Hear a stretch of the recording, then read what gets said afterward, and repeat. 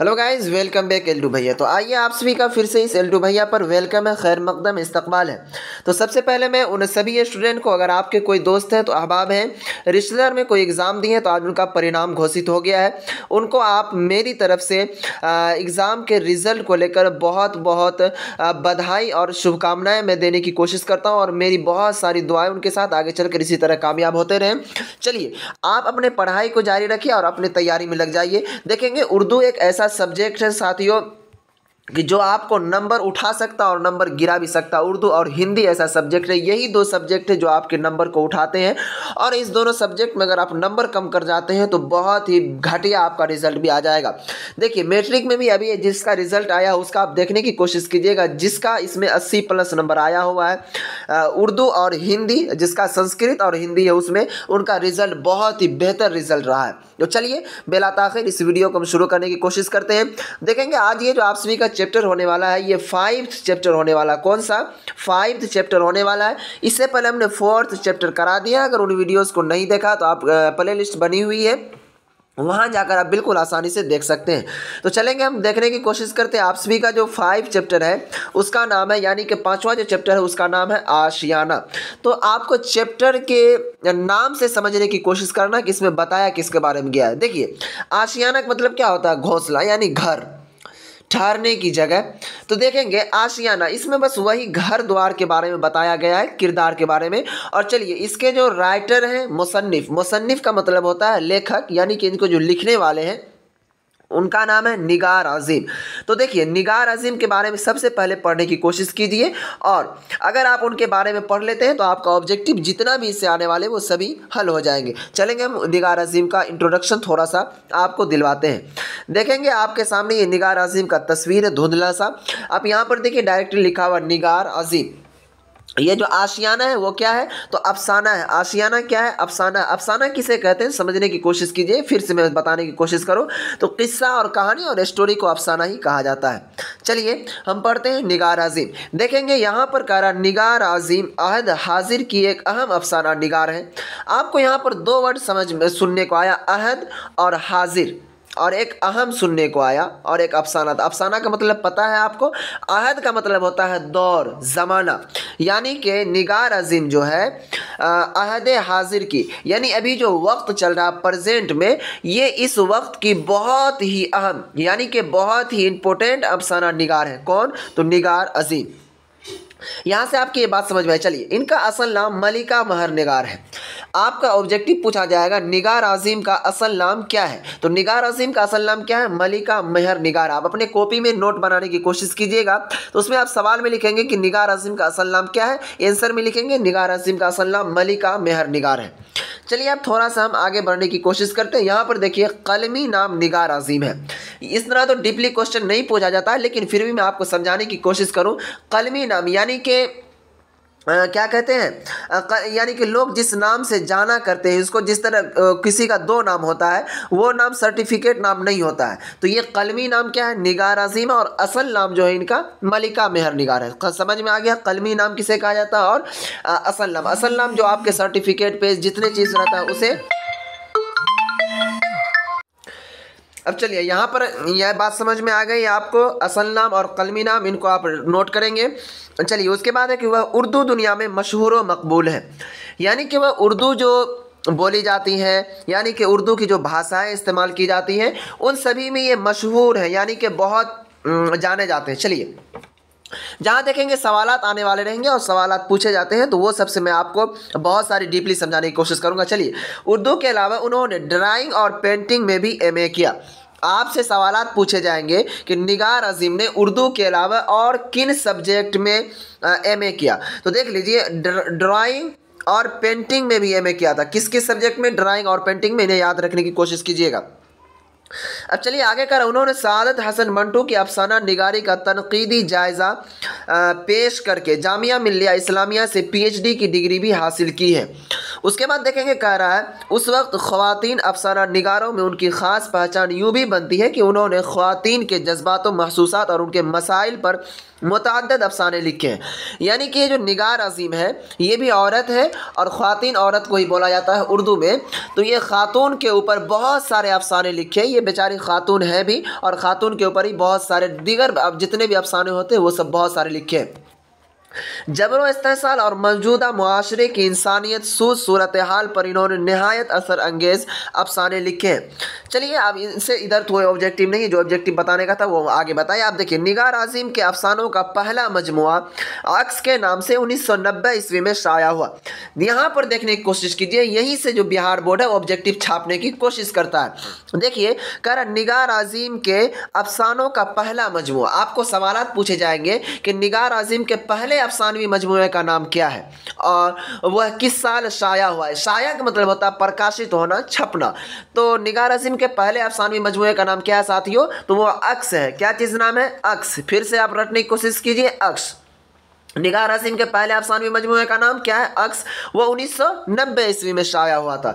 चलिए आगे। उसके बाद 1999 ईस्वी में मजमुआ गहन शाया हुआ। उनके बाद जो दूसरा मजमुआ था वो मजमुआ गहन जो है 1999 ईस्वी में शाया हुआ था। देख लीजिए, ये दो अफसाना है, क्या नाम है? अक्स और गहन। इनको आप रटने की और याद करने की कोशिश कीजिएगा। निगार आज़िम के पहले अफसानवी मजमूए का नाम अक्स है और दूसरे का नाम गहन है।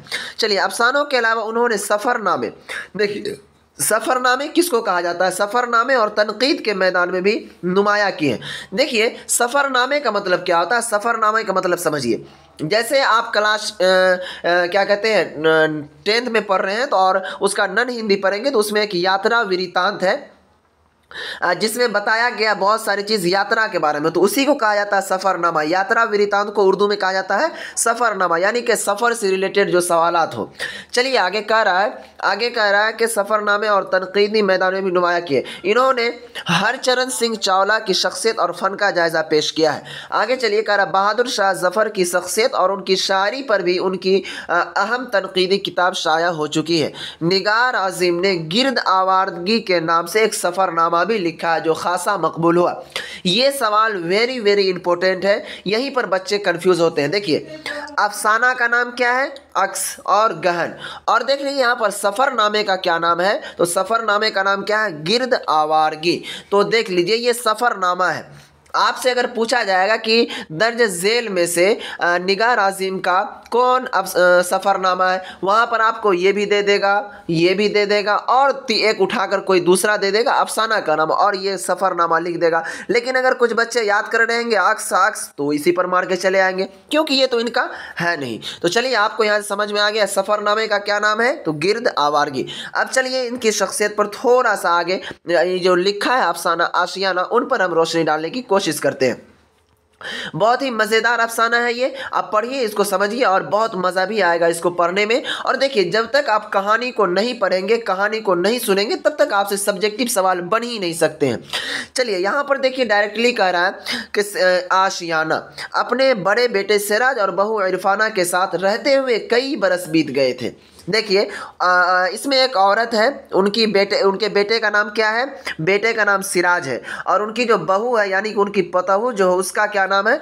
इरफाना है।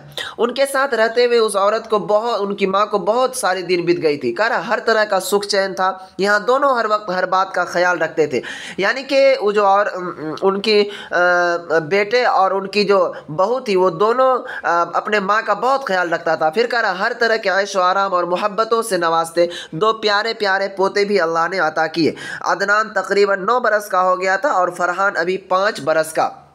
देखिए, इनके पोते का नाम क्या क्या है? अदनान, और क्या कहते हैं दूसरा पोता जो उसका क्या नाम है? फरहान।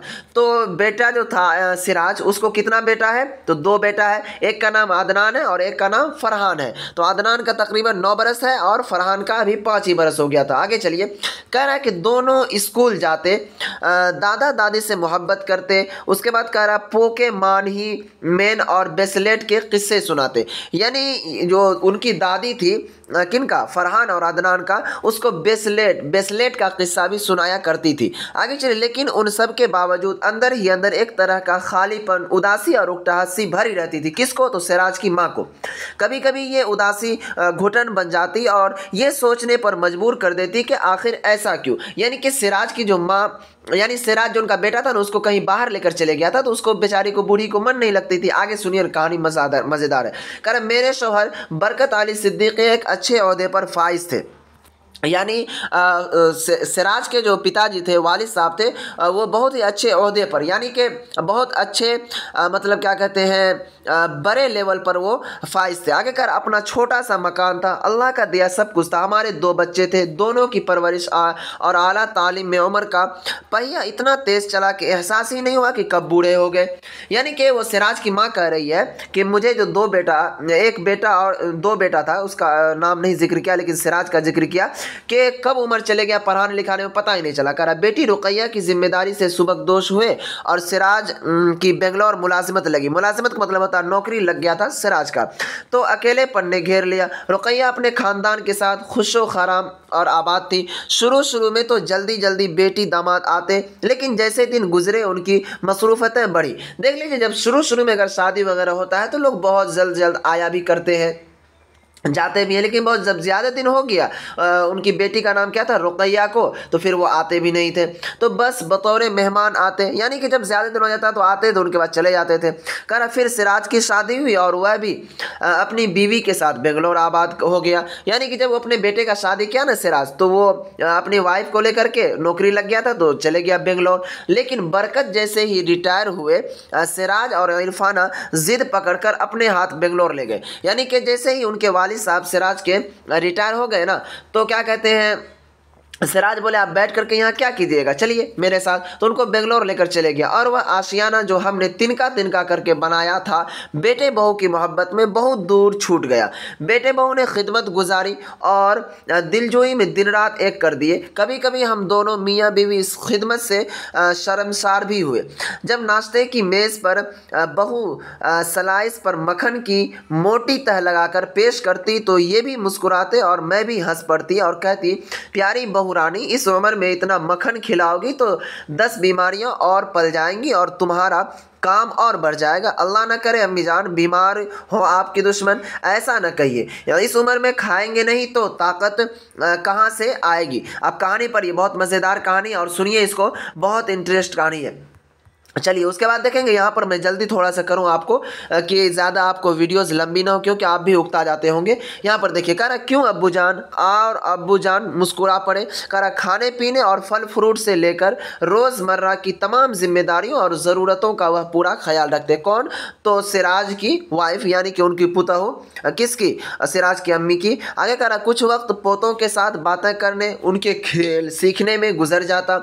सिराज ऑफिस चला जाता, बहू घर के और बाहर के कामों में मसरूफ़ रहती। नए ज़माने के होते हुए भी वह पुरानी कदरों से जुड़ी हुई थी। यानी कह रहे हैं कि नए ज़माने की लड़की थी, फिर भी लेकिन पुरानी तरह जिस तरह लोग करते उसी तरह करती थी। वाकई सिराज की पसंद लाजवाब थी। यानी कह रहा है कि सच में मेरा बेटा का जो पसंद था ना, बहुत लाजवाब है। दोनों में कभी कभी तकरार भी होती, क्योंकि इरफाना घर की ना होकर मुलाजिमत भी करना चाहती थी। यानी उनकी जो वाइफ थी ना इरफाना, वो सिर्फ घर की काम ही नहीं बल्कि नौकरी भी करना चाहती, जबकि सिराज अपने उसे गैर ज़रूरी समझता था। अल्लाह ने अच्छी मुलाजिमत और हर आराम मुहैया किया था और वह इरफाना को खामखा नौकरी के जोखिम में नहीं डालना चाहता था। इब्तिदा में बेंगलोर आकर उनके साथ रहना बहुत अच्छा और खुशगवार लगा। यानी कि शुरू में जब उनकी माँ आई ना, तो बहुत अच्छा लगा था। न खाने पकाने की फिक्र, दाल दलिए का हिसाब, न पास पड़ोस और आने जाने वालों का झंझट। होता है ना गांव में जब रहेंगे तो पास पड़ोस वाले आते हैं, बैठते हैं, बहुत सारी बातें होती है, देखते होंगे औरत का झमेला। उसके बाद कह रहा लिफ्ट से 7वीं मंजिल पर चढ़ते और उतरते, किस फ्लैट में कौन रहता है, क्या करता है, मुर्दा या जिंदा कौन जाने। बहुत कोशिश करती बहू कोई काम करने दे, लेकिन वह हाथ ही लगाने न देती। दिल चाहता कि बरकत और सिराज की पसंद की डिश मैं भी बनाऊं, लेकिन इरफान इरफाना इतने प्यार से मना करती कि मैं खामोश हो जाती। क्या अम्मी जान, सारी उम्र तो हो गई आपको काम करते पकाते खाते, बस अब आपके आराम के दिन हैं। सिराज बताते हैं कि आप बहुत काम करती थी, यानी उसकी बहू कह रही है कि सिराज कहते हैं कि जब आप थे जवानी के हालत में तो उस टाइम बहुत काम करते थे, बहुत अच्छे खाने पकाती भी थी, लेकिन अब नहीं, अब नहीं, अब मैं हूँ ना, और मैं कुछ और मैं चिकन नहीं है, किचन से बाहर निकल आती। तो यहाँ तक आपको समझ में आ गई। चलिए अब आगे देखते हैं। चलिए अब आगे देखेंगे। थोड़ा कह रहा है कि सिराज इरफाना की जुबान बोलने लगता। आगे कह रहा है, अम्मी आप आराम कीजिए, आप काम क्यों करती हो, इरफाना को परेशानी होगी तो नौकर रख लेगी। यानी सिराज कह रहा है अम्मी को कि आप क्यों काम करते हैं, अगर उसको ज़रूरत होगी ना तो नौकर रख लेगी। हालांकि सफाई सुथराई, बर्तन झाड़ू और कपड़े धोने के लिए दो आया लगी हुई थी। आया का मतलब होता है नौकरानी लगी हुई थी, लेकिन इरफाना खाना हमेशा खुद ही पकाती। नौकर थी लेकिन खाना खुद ही पकाती थी वो बेचारी। अच्छा और जायकादार पकाती, यानी अच्छा और मज़ेदार भी पकाता था, इंटरेस्ट भी। चलिए, मुझे कई मरतबा एहसास हुआ कि दो मुलाजिमाओं को पैसा जाता है। ये छोटे मोटे घर के काम तो मैं भी कर सकती हूँ, लेकिन सिराज और इरफाना ने इस तरह कभी नहीं सोचा कि मैं काम करूँ। यानी कि उनके जो बेटे थे सिराज और इरफाना, तो उनकी माँ सोच रही थी कि अरे यार ये फालतू का है, इसको दोनों आदमी को पैसा देता है, मैं भी इतना काम कर सकता हूँ। लेकिन फिर भी उन्हें तो ये मेरा आराम बेहद पसंद था। कभी कभी काम के लिए मुलाजिमा को टोकती के सब्जी ऐसे धो, फ्रीज में ऐसे रखो, कपड़े ऐसे फैलाओ, सफ़ेद कपड़ों के साथ रंगीन कपड़े न धुओ। तो सिराज फौरन बोल पड़ा था, अरे अम्मी ये दर्द सर आप क्यों मोल लेती है, उसके लिए तो आपकी बहू का ही काफ़ी है, आप क्यों परेशान होती हैं। अब मैं क्या समझाऊं कि मैं परेशान नहीं हूं, अगर उस घर पर अपना हक समझती हो। ये मेरे बेटे और बहू का घर है, ये घर पराया नहीं है। सफाई सुथराई या घर के काम काज पर मैं नज़र नहीं रखूंगी तो कौन रखेगा। उनकी माँ कह रही है सिराज को, आखिर मैं घर की बड़ी हूँ, बहू पर अभी से इतनी जिम्मेदारियां ठीक नहीं, उसकी माँ कह रही है। लेकिन मैं ऐसा कुछ नहीं कहती, बस खामोश हो जाती। चलिए आगे कह रहा कि दरअसल इरफाना ने अपने घर के निज़ाम और हुकूक में किसी दखल अंदाजी की कोई गुंजाइश ही नहीं छोड़ती थी। मैं शिकायत करती भी तो किस बात की। चलिए, उन दोनों ने बड़ी इज्जत मोहब्बत और एहतराम के साथ मेहमानों की तरह अपने घर में और दिल में जगह दी थी। जब कभी दोनों में नाराज़गी या खटपट होती तो मौका देखकर सिराज से कहती, बहू अगर मुलाजिमत करना चाहती है तो करने दो, पढ़ी लिखी है। यानी उसकी माँ कह रही है सिराज की कि अरे यार सिराज बेटा, नूनू सुनो, अगर मेरी बहू नौकरी करना चाहती हो तुम करने दो, वो भी क्योंकि पढ़ी लिखी है। तो कह रहा है सिराज कि आजकल सब लड़कियां करते हैं, उसकी वाइफ सिराज की माँ कह रही है आजकल सब लड़कियां करती हैं और फिर मैं हूँ ना। यानी कह रहा है कि सब लड़की तो नौकरी करती है, मैं हूँ घर की तमाम जिम्मेदारी संभाल लूँगी, खाली तो बैठी रहती हूँ, यहाँ मुझे कोई काम ही नहीं। फिर दो आया लगी हुई है, आजकल की लड़की ऐसे करेगी। वो तो समझ रहे होंगे, आप समझदार हैं। नहीं अम्मी ये मसला नहीं है। चलिए आगे कह रहा है कि नहीं अम्मी ये मसला नहीं है, इन बड़े शहरों के मसाइल ही दूसरे हैं। यानी कि सिराज कह रहा है कि देखो मैं ये मसला नहीं है, पढ़ी लिखी है तो कोई बात नहीं, लेकिन ये शहर का दूसरा मसला है। दिन भर बसों और ट्रेनों में धक्के खाने पड़ते हैं और भी कई बातें हैं, और फिर खुदा न खास्ता कोई परेशानी हो तो चलो ठीक है। यानी कह रहा कि देखो ये शहर का मसला, गंदा मिजाज है, बस में गाड़ी में धक्का मुक्का खाना पड़ता, देखते होंगे आप भी जानते हैं कि किस तरह भीड़ रहती है। अब प्रमोशन होने वाला है, मेरी सैलरी और बढ़ जाएगी, और फिर कौन सा बहुत बड़ा कम्बा है हमारा। सिराज के दलाइल सुनकर मैं खामोश हो जाती और बहू भी बोल पड़ती, अम्मी आप फिक्र ना कीजिए, इनकी अकल में मेरी बात आएगी ही नहीं। उनकी वाइफ पूरा गुस्सा में आ जाती है और पूरा मूड में आ जाती है, कहती है छोड़िए अम्मी, इनको मेरी बात थोड़े समझ में आएगी, जब आएगी तो पता चल जाएगा। करा लेकिन दिल की नया डोलती रहती। बरकत भी बेटे के यहाँ बज़ाहिर खुश और मुतमईन नज़र आए, लेकिन उनकी बेचैनी मेरी नज़रों से पोशीदा न थी। मैं बरकत के मिजाज को बहुत अच्छी तरह जानती थी, लेकिन एक इंजामात सा खौफ मुझे उनके दिल के तारों को छेड़ने से रोकता रहता। इसमें रत्ती बराबर भी शक नहीं कि हमारा बेटा और बहू बहुत लायक, बाअदब और हज़ारों में एक थे। हमें तो उन पर फ़ख्र होना चाहिए था, उनके गुण बयान करने चाहिए थे, जैसे इरफाना अपनी सहेलियों से हमारे गुण गाती थी। लेकिन हमें इतना मौका भी कहाँ मिलता था, या फिर शायद हम खुद को ही नहीं समझ सके कि हम चाहते क्या है। अपना हाथ इख्तियार, अपनी बादशाहत, हम उम्र साथी, ऐशो आराम, या फिर अपनापन। ये कह रही है उनकी माँ सोच रही है। थोड़ा सा बच गया, इनको समझने की कोशिश कीजिए। फिर कह रहा है, यहाँ पर देखिए, कह रहा है कि हम सब जब भी एक साथ बैठते और पुरानी बातें छेड़ते तो मुझे एहसास होता कि बरकत के अंदर भी कहीं ना कहीं मायूसी पनप रही है। न जाने वह क्या सोचते रहते थे। और फिर एक रोज़ वह खुद ही बोल पड़े, थक गया हूँ मैं आराम करते करते और किताबें पढ़ते पढ़ते। मैं यहाँ के बजाय कहीं कोई काम या नौकरी करना चाहिए थी। कौन कह रहा है? बरकत कह रहा है, उनके वालिद साहब कह रहे हैं सिराज को, शायद हमने यहाँ आकर गलती की। जरीना, जरीना किसका नाम है? आप समझने की कोशिश कीजिएगा। जरीना किसकी नाम है? किसका नाम है? तो सिराज के अम्मी का नाम है। और बरकत किसका नाम है? तो बरकत सिराज के अब्बू का नाम है। ये हमारा घर नहीं है, ये तो बेटे और बहू का घर है।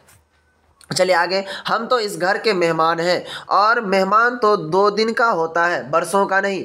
इसी मेहमानी में 2 बरस गुजार दिए हैं, बहुत हुए हैं 2 बरस। अब मैं बीमार सा हो गया हूँ। क्या तुम अपने बेटे बहू को छोड़कर मेरे साथ अपने छोटे से घर में वापस चलोगी? यानी कौन, किससे पूछ रहा है? सिराज की मम्मी से पूछ रहा है। कौन? उनके वालिद साहब। जहाँ तुम पकाओगी और मैं खाऊंगा, चटनी रोटी ही सही, अपना परोस होगा, शाम की महफिलें होंगी, और फिर बेटा बहू छूट थोड़ी ही जाएंगे, हम सब आते जाते रहेंगे। बरकत की मोहब्बत, अपनायत और ख़ुद एतमादी ने मेरे अंदर सैकड़ों चिराग रोशन कर दी, और हमने फिर अपना आशियाना आबाद करने का फ़ैसला कर लिया। तो देखिए, ये स्टोरी थी जिसे आपने समझा और सीखने की कोशिश किया। जहाँ तक मुझे उम्मीद है वो समझ में आ गया होगा।